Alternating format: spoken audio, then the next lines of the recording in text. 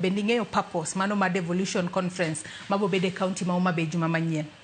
Okay, erokamano Joyce. Apani gimomiyo devolution conference di bedoga ma aneno ga kodhi e counties mopogore opogore ka gi celebrate. Apani omak gi celebrate nyaka ne wayud katiba manyien mane nigi devolution e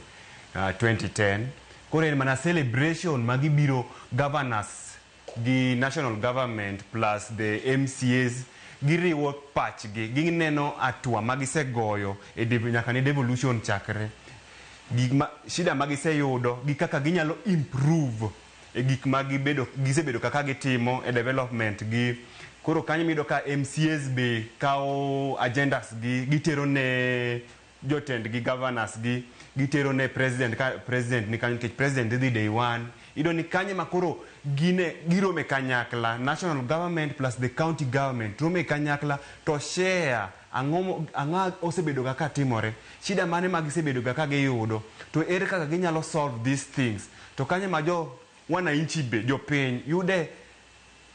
sa mar connect one on one gi governors gi MCAs gi mondo gime gi share patch gi kuma kaka devolution yosebedo ka tero gi ka be gi support devolution ko gi support to ka gi support ere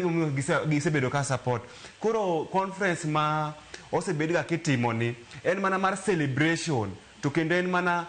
bang celebration after celebration en ang'o ma gidhi timo after celebration ma gidhi timo different ma gisebedo ka gitimo chon koro en mana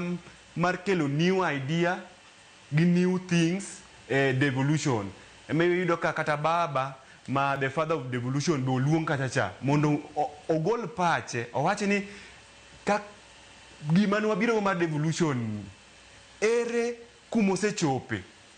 to target wa man wan godo mar devolution bene gima osebedo achieved to kapok abedo achieved ere kaka wanyalo achieved kwa dhi mbele. Ilero kanyo makare nya kendo yena mar mondo mi arwak Sheryl Etwak okinyi makawuono. Sheryl Etwak in benda mi